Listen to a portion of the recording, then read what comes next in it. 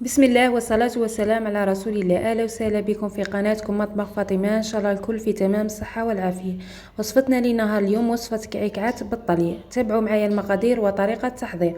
أول حاجة حطيت رشة ملح، حطيت 250 غرام مارغرين ذايبة وباردة، نفس الكيل درت به الزيت، ونفس الكيل درت به الحليب، وملعقة كبيرة فاني، ونخلطهم مليح مليح. أنا هنا استعملت الميكسور باش نمزجهم جيدا، ممكن تخدمي باليد. وهذه الخطوة مهمة، لازم يمتزجوا السوائل جيدا. بعد ذلك نبقى نضيف في الفرينة، ولازم ما نخلوهاش طرية ياسر لأنه راح تخرج لنا الزيت، ولا ما نخلوهاش يابسة يعني نكثروا لها الفرينة. خلوا القوام تاعها طري ومتماسك في نفس الوقت. وهنا راني نلم فيها فقط مش نعجن فيها. وطريقة حساب عدد الحبات، هنا أني أول حاجة درت وزنت العجينة كاملة، العدد اللي تحصلت عليه نقسم عليه وزن الحبة الواحدة. مثلا هنا عطاتني كيلو 600، يعني راح نقسمها على 35 تجيني 45 حبة أو أكثر. بالنسبة للحشو ندير 15 غرام، يعني في كل حبة نضرب 15 غرام في 45 يعني عدد الحبات كاملين.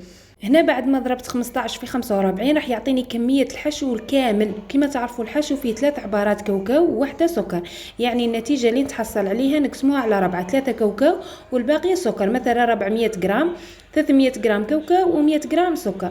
والكاوكاو هنا حمصوه ورحوه رقيق، وحطوا معاه ملعقة صغيرة سمن أو مارغرين وعطر اللوز. هنا كنت برك حطيته مع المزهر باش يتوزع لي كامل في الحشو، ونبدأ نعجن فيها مليح مليح ونضيف الماء والمزهر. وهنا راني نوزن فيها 15 غرام 14 غرام. وهذه الحشو ثاني لازم توجدوه من قبل. وهنايا كيما العجين ثاني وجدته من قبل وخليته يرتاح في الثلاجة كيما قلت لكم. ونجبد بالخمس حبات 6 حبات ونبدا نشكل في الكعكات تاعي، والباقي نردوه للثلاجة كيما راكم تشوفوا. هنايا راني كنت في العملية تاع التشكيل نحكم حربوش من العجينة ونحلها رقيقة ونحط فيها الحشو ونبقى نلوي فيها باش تجيني مورقة من داخل حتى نشكل حربوش كيما راكم تشوفوا. نعمل من جهة فتحة ومن جهة ثانية نغلقها جيدا باش نضمن انها ما تتحليش، خاصة للمبتدئات. ونحطوها هنايا في المول تاع السيليكون او المول تاع الحديد كيما تحبوا. راح يساعدكم ياسر ياسر باش يجيكم الحبات كيف كيف، ويسهل عليكم عملية التشكيل. اذا مش متوفر عندكم ممكن تشكلوا باليد فقط وتخلوها ترتاح، راح تجيكم الشكل تاعها ثاني ما شاء الله.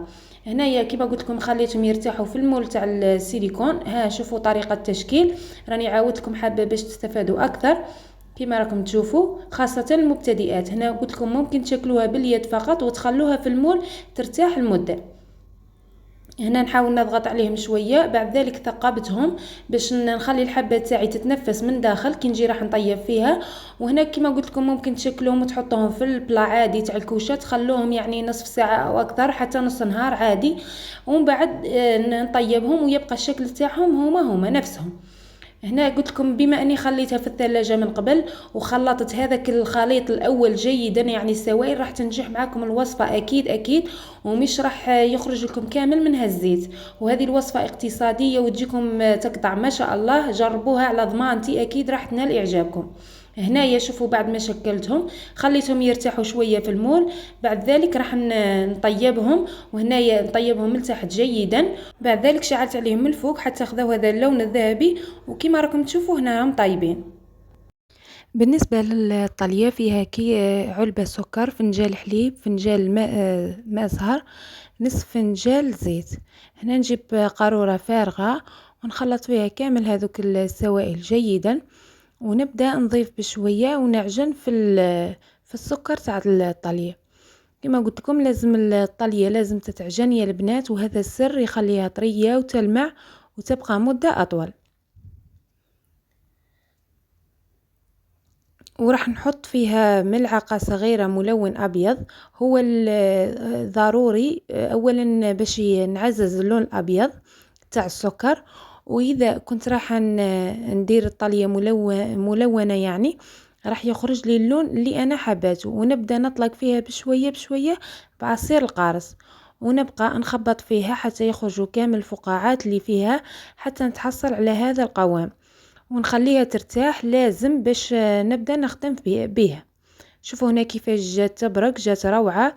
ومن بعدها نبدا نطلي في الحبات تاعي. انا هنايا هذه هي طريقتي، نحط فوق الفرشيطه ونبدا ندير بالملعقه فوق الحبه، هكذا نضمن انه كامل الحبه تتغطى جيدا، ونخبطها حتى تستقطر من هذاك الزائد هنايا، ونخليها جانبا كما راكم تشوفوا فوق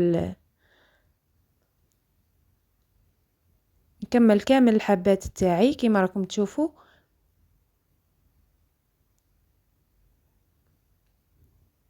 وهذه الطليه راح تبقى لكم طريه مده اطول، جربوها على ضمانتي، انا هذه هي طريقتي وتجي دائما روعه. المهم نتوما برك ما تنسونيش بالجيم للفيديو والاشتراك في القناه، طلعونا المشاهدات ربي يحفظكم، لانه المشاهدات ناقصين ياسر في الفيديوهات اللي راني نحط لكم فيهم. بالنسبه للتزيين انا هنايا التام تاعي تاع تخرج او نجاح، يعني تاع اي نجاح، اخترت هذا المول. وهنا راح نعاون روحي بالشويه مايزينا او سكر ناعم، ونبدا نشكل في الموتيف تاعي. اذا كان عندكم طلبيه كبيره ولا راح تخدموا كميه كبيره حضروهم من قبل باش ما يدوكمش الوقت.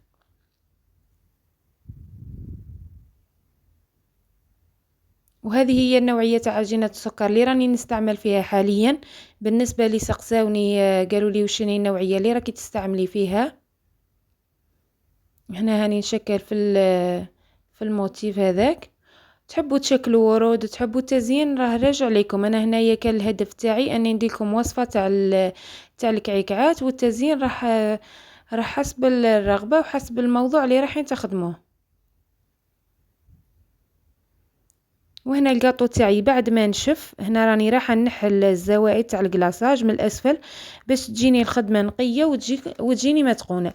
بعد ذلك حطيت عليه ملمع الفضي ونلصق هذاك الموتيف او الورده او اي حاجه حبيتوا تزينوا بها، لصقها بشويه كلاصاج. للعلم انا هنا كان عندي الغراء هذاك بصح ما لصقتش به، انا دائما لصق بالكلاصاج، وهذا هو الشكل النهائي. هنا بعد ما كملت زينتهم بهذه الطريقه. وهذه هي وصفتي لنهار اليوم، نتمنى ان شاء الله تنال اعجابكم وتنال رضاكم. وشوفوا هنايا الوصفة في صحن التقديم، شوفوا كيفاش جات ما شاء الله، شهيتكم في الجنة. وان شاء الله تستفادوا منه هذا الفيديو، خاصة اللي دايرين المشاريع. وهذه الكمية تاع الكلاصاج طلعت لي 40 حبة. هنايا هذه الوصفة مضمونة 100% وبنينة ياسر ياسر، وراح تبقاكم طرية مدة أطول. وهنا قسمت لكم الحبة أمامكم باش تشوفوا النتيجة النهائية. شوفوا كيفاش جات مورقة. تهلاو في رواحكم وإلى اللقاء.